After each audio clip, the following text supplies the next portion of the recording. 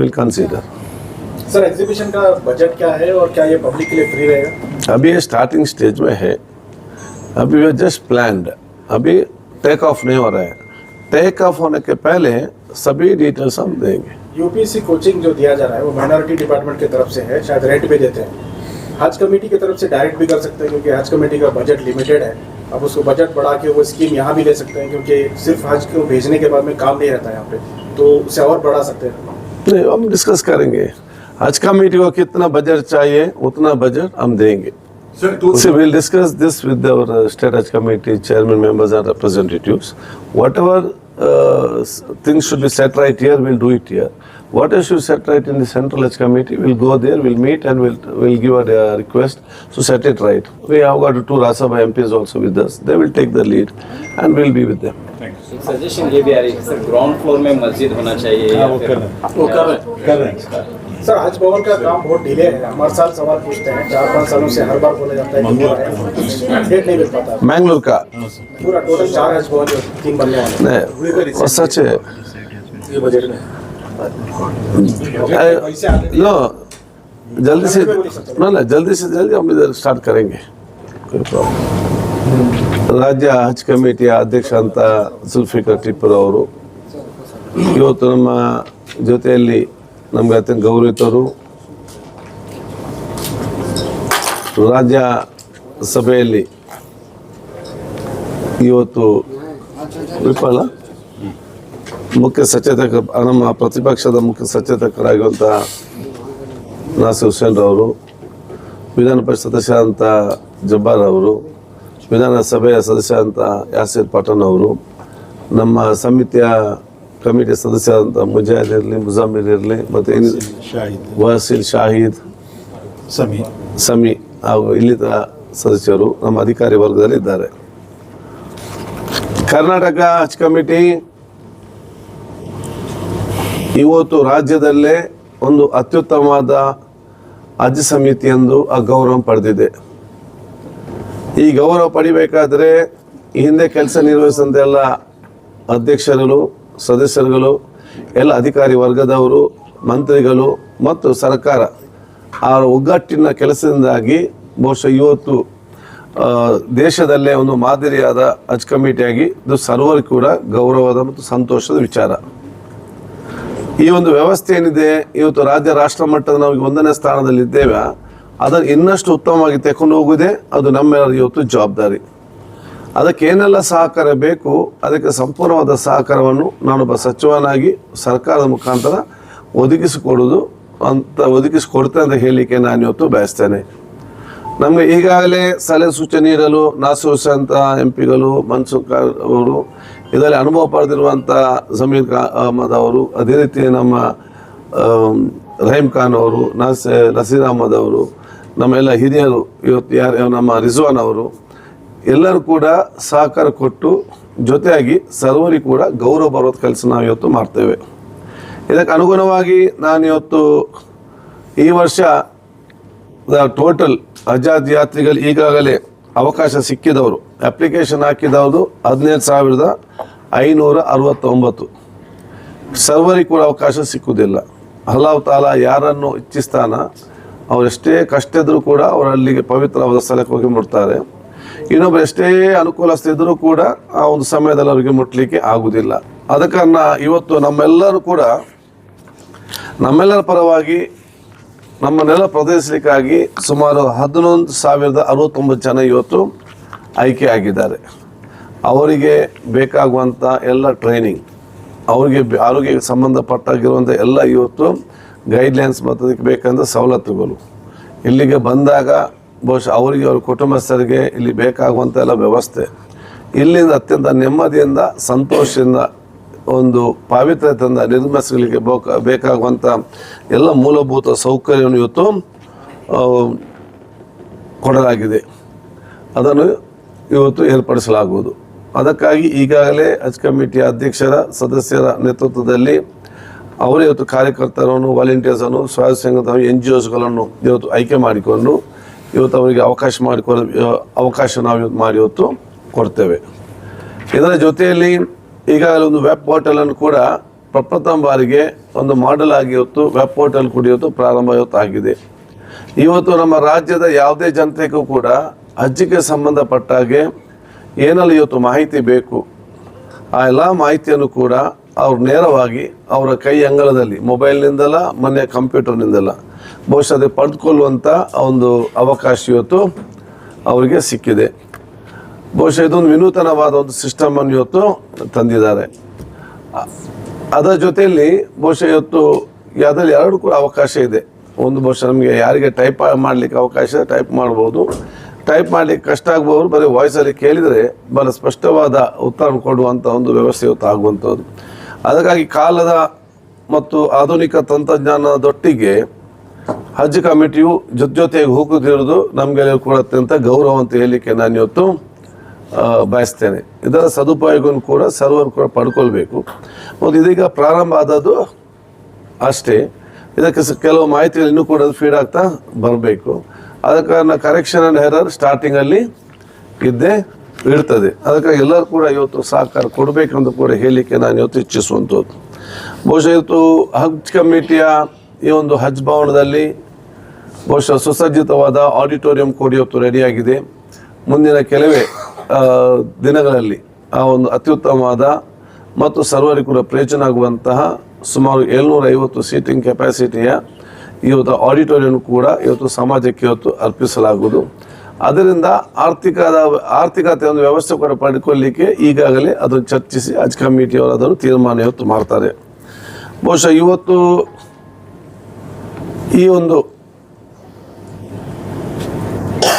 ಹಜ್ ಭವನದ ಕಟ್ಟಡ ಹಜ್ ಯಾತ್ರೆಗಳ ಕಾಲದಲ್ಲಿ ಮಾತ್ರ ಅಲ್ಲ, ಮತ್ತೆ ಕೂಡ ಪ್ರಯೋಜನ ಆಗಬೇಕಂತ ಹೇಳಿಕೊಂಡು ಬಹುಶಃ ಐತಿಹಾಸಿಕವಾದ ಮತ್ತು ಒಂದು ಪಾವಿತ್ರತೆಯ ಇವತ್ತೊಂದು ಇಸ್ಲಾಮಿಕ್ ಮ್ಯೂಸಿಯಂ ಕೂಡ ಇಲ್ಲಿ ಪ್ರಾರಂಭ ಮಾಡಲಿಕ್ಕೆ ತೀರ್ಮಾನ ಕೂಡ ಅತ್ಯಂತ ಶ್ಲಾಘನೀಯ ಅಂತ ಹೇಳಲಿಕ್ಕೆ ನಾನು ಇವತ್ತು ಬಯಸುವಂಥದ್ದು. ಇದು ಬರೀ ನಮ್ಮ ಬೆಂಗಳೂರಿಗೆ ಮಾತ್ರ ಅಲ್ಲ, ಬಹುಶಃ ಆಲ್ ಇಂಡಿಯಾದಂತಹ ಯಾತ್ರಿಗಳು ಕೂಡ ಇಲ್ಲಿ ಬಂದಾಗ, ವಿದೇಶದವರು ಕೂಡ ಇಲ್ಲಿ ಬಂದ ಸಂದರ್ಭದಲ್ಲಿ ಅವರಿಗೂ ಕೂಡ ಇಲ್ಲಿ ಬಂದು ನೋಡಿ ಹೋಗುವಂಥ ಅವಕಾಶ ಆದರೆ ಇದಿಡೀ ಹಜ್ ಭವನದ ಆ ಒಂದು ಈ ಪರಿಸರಕ್ಕೆ ದೊಡ್ಡ ಮಟ್ಟದ ಕೊಡುಗೆ ಇವತ್ತು ಆಗ್ತದೆ. ಅದು ಕೂಡ ಆದಷ್ಟು ಇವತ್ತು ಬೇಗನೆ ಪ್ರಾರಂಭ ಮಾಡಲಿಕ್ಕೆ ಏನೆಲ್ಲ ಸಹಕಾರ ಬೇಕಾ ಆ ಎಲ್ಲ ಸಹಕಾರವನ್ನು ಕೊಡಲಾಗುವುದು. ಇದರ ಜೊತೆಯಲ್ಲಿ ನಮ್ಮ ಹಜ್ ಭವನವನ್ನು ನಮ್ಮ ರಾಜ್ಯದ 4 ಕಡೆ ಪ್ರಾರಂಭ ಮಾಡಲು ಇವತ್ತು ಉದ್ದೇಶಿಸಲಾಗಿದೆ. 1 ಮಂಗಳೂರಿನಲ್ಲಿ, 2 ನಮ್ಮ ಹುಬ್ಳಿ, 3ನೇ ಗುಲ್ಬರ್ಗ, ಬಹುಶಃ 4ನೇ ಇವತ್ತು ಬೀದರಲ್ಲಿ ಕೂಡ ಇವತ್ತು ಆಸಕ್ತಿಯಿಂದ ಜಾಗ ಎಲ್ಲ ಒದಗಿಸಿಕೊಟ್ಟಿದ್ದಾರೆ. ಅದನ್ನು ಕೂಡ ಇವತ್ತು ಸರ್ಕಾರ ಮತ್ತು ಹಜ್ ಕಮಿಟಿಯವರು ತೀರ್ಮಾನ ಮಾಡಲಾಗುವುದು. ಒಟ್ಟಾರೆಯಾಗಿ ಈಗ ಮಾಡುವಂಥ ನಮ್ಮೆಲ್ಲ ಕೆಲಸ, ಅದು ನಾನು ಮಂತ್ರಿ ಆಗಿರಲಿ, ನಮ್ಮ ಸದಸ್ಯರಿರಲಿ, ಶಾಸಕ ಮಿತ್ರರಿರಲಿ, ಕಮಿಟಿಯವರಿರಲಿ, ಚೇರ್ಮನ್ ಇರಲಿ, ಇದೆಲ್ಲವೂ ಕೂಡ ಭವಿಷ್ಯದ ಜನಾಂಗಕ್ಕೆ ಮತ್ತು ಇನ್ನು ಹುಟ್ಟಿ ಬರುವಂಥ ಮಕ್ಕಳಿಗೆ ಇದು ಬಿಟ್ಟು ಕೊಡುವಂಥ ದೊಡ್ಡ ಮಟ್ಟ ಆಸ್ತಿ ಸಂಪತ್ತದ ಹೇಳಲಿಕ್ಕೆ ನಾನು ಇವತ್ತು ಬಯಸ್ತೇನೆ. ಆ ಉದ್ದೇಶದಿಂದ ನಾವು ಇದನ್ನು ಹಂತವಾಗಿ ಇವತ್ತು ಪ್ರಾರಂಭ ಇವತ್ತು ಮಾಡ್ತಾರೆ. ನಾವು ಎಷ್ಟೆಷ್ಟು ಚೆನ್ನಾಗಿ ಇವತ್ತು ಇದ್ದರೆ ಅದು ನಮ್ಮ ಹಿರಿಯರು ಕೊಟ್ಟದ್ದನ್ನು ನಾವು ಇವತ್ತು ಉಪಯೋಗಿಸಿ ಮಾಡ್ತಾ ಇದ್ದೇವೆ. ನಾವಿನ್ನು ಹೋಗುವಾಗ ಇದನ್ನು ಬೇರೆಯವರಿಗೆ ಉತ್ತಮವಾಗಿ ಬಿಟ್ಟುಕೊಡೋ ಜವಾಬ್ದಾರಿ ನಮ್ಮದು. ಅದಕ್ಕಾಗಿ ನಾವೆಲ್ಲ ಒಗ್ಗಟ್ಟಿನಿಂದ ಎಲ್ಲರ ಸಹಕಾರ ಪಡೆದುಕೊಂಡು ಒಂದು ರಾಜ್ಯ ಮತ್ತು ರಾಷ್ಟ್ರದಲ್ಲಿ ಮತ್ತು ಅಂತಾರಾಷ್ಟ್ರೀಯ ಗುರುತಿಸಿಕೊಳ್ಳುವಂಥ ಹಜ್ ಭವನ್ ಅಥವಾ ಹಜ್ ಭವನ ವ್ಯವಸ್ಥೆಯನ್ನು ನಾವಿಲ್ಲಿ ಮಾಡಲಿಕ್ಕೆ ಎಲ್ಲರ ಹಜ್ ಕಮಿಟಿ ಅಧ್ಯಕ್ಷ ಸದಸ್ಯರ ನಮ್ಮೆಲ್ಲ ಜನಪ್ರತಿನಿಧಿಗಳ ಸಹಕಾರದ ನಾವು ಕೆಲಸ ಮಾಡ್ತೇವೆ ಅಂತ ಹೇಳಲಿಕ್ಕೆ ನಾನು ಇವತ್ತು ಬಯಸ್ತೇನೆ. ಹಜ್ ಯಾತ್ರೆ ಅಲ್ಲದೆ ಉಮ್ರಾ ಯಾತ್ರೆನೂ ಸಹ ಪ್ರಾರಂಭ ಅದು ಇದೆ. ಇಲ್ಲ, ಅದನ್ನು ಕೂಡ ಪ್ರಾರಂಭ ಮಾಡಬೇಕು, ಅದನ್ನು ಪ್ರಾರಂಭ ಮಾಡ್ತೇವೆ. ಇದರಿಂದ ಏನಾಗ್ತಂದ್ರೆ ಹೌದು, ಪವಿತ್ರವಾದ ಉಮ್ರಾ ಯಾತ್ರೆ ಇವತ್ತು ಹಜ್ ಯಾತ್ರೆಗೆ ಬಹುಶಃ ಎಲ್ಲರಿಗೆ ಆಸೆದರೂ ಕೂಡ ಎಲ್ಲರಿಗೂ ಹೋಗ್ಲಿಕ್ಕೆ ಆಗುವುದಿಲ್ಲ. ಆ ಒಂದು ಸಂದರ್ಭದಲ್ಲಿ ಮೊದಲು ಒಂದು ಉಮ್ರಾ ಯಾತ್ರೆ ಹೋಗಿ ಬರುವಂಥ ಒಂದು ಕನಸನ್ನು ಮತ್ತು ಆಶೆಯನ್ನು ಕೂಡ ವ್ಯಕ್ತಪಡಿಸ್ತಾರೆ. ಈ ಸಂದರ್ಭದಲ್ಲಿ ಈಗ ಪ್ರೈವೇಟ್ ಏಜೆನ್ಸಿ ಮಾತ್ರ ಅದನ್ನು ನಡೆಸುವುದು. ಕೆಲವರು ಸರಿಯಾಗಿ ನಡೆಸ್ತಾರೆ, ಕೆಲವು ಸರಿಯಾಗಿ ನಡೆಸುವುದಿಲ್ಲ. ಇನ್ನು ಕೆಲವು ಬಹಳಷ್ಟು ಕಾಸ್ಟ್ಲಿ, ಬಹಳಷ್ಟು ಇವತ್ತು ಕಂಪ್ಲೇಂಟ್ ಕೂಡ ಇದೆ ಪ್ರತಿಯೊಂದು ಕಡೆಯಿಂದ. ಇಲ್ಲಿ ಹೋದ ನಂತರ ಬಹುಶಃ ಅವರಿಗೆ ಆಗುವ ಸಮಸ್ಯೆಗಳು, ಬರುವಾಗ ಸಮಸ್ಯೆಗಳು, ಯಾರು ಕೂಡ ಒಂದು ನೆಮ್ಮದಿಯಿಂದ ಸ್ವಾಭಿಮಾನ ಧೈರ್ಯದಿಂದ ಹೋಗುವಂಥ ವ್ಯವಸ್ಥೆಯಲ್ಲಿ ಇಲ್ಲ. ಒಮ್ಮೆ ಕರೆಕ್ಟಾಗಿ ಹೋಗಿ ಬಂದರೆ ಸಾಕಂತೇಳಿ ಆ ಭವನದಿಂದ ಹೋಗ್ತಾರೆ. ಅದರ ಜೊತೆಯಲ್ಲಿ ರೇಟು ಕೂಡ ವಿಪರೀತವಾಗಿರ್ತದೆ. ಆದ ಕಾರಣ ಬಹುಶಃ ನಮಗೆಲ್ಲ ವ್ಯವಸ್ಥೆ ಇರುವ ಕಾರಣ ಮತ್ತು ಈಗಾಗಲೇ ಹಜ್ ಕಮಿಟಿ ಅವರಿಗೆಲ್ಲ ಕೂಡಿದ್ದಾರೆ.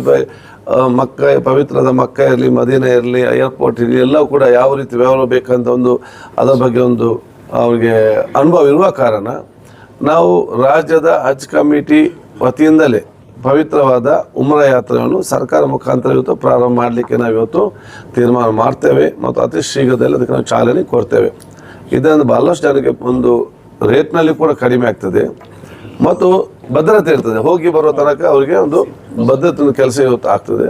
ಹಜ್ ಕಮಿಟಿ ಕೂಡ ಸ್ವಲ್ಪ ಮಟ್ಟಿಗೆ ಇನ್ಕಮ್ ಕೂಡ ಆಗ್ತದೆ. ಇದೆಲ್ಲ ಒಂದು ಬಹಳಷ್ಟು ಪ್ರಯೋಜನ ಕಾರಣ ಇದನ್ನು ಕೂಡ ಮುಂದಿನ ದಿನಗಳಲ್ಲಿ ಆದಷ್ಟು ಶೀಘ್ರದಲ್ಲಿ ನಾವು ಪ್ರಾರಂಭ ಮಾಡ್ತೇವೆ. What is in your mind and question is already implemented, planned to implement by the committee. One is, as you say, the infrastructure and the human resource should be utilized for the benefit of the society and day-to-day activities. One thing is that auditorium is ready, where it will be, we can give on rent for other good functions only, which will come in a preview and our limit and rules and regulations. One, with few conditions. Second thing is, as our Honorable, what's his name? Maulana Khalid Beg, who has done at one Islamic museum, an exhibition recently in Bangalore.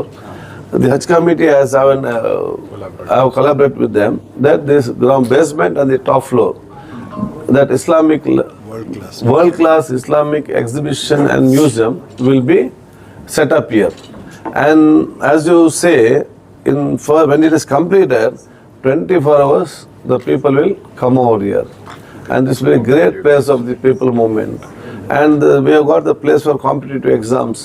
The students who are studying for competitive exams, not only ISKS but all the preliminary exams on the government sector. So as you say, this just started. One by one we'll keep on adding. By the time few years, this will be one of the best places where people will be moving around.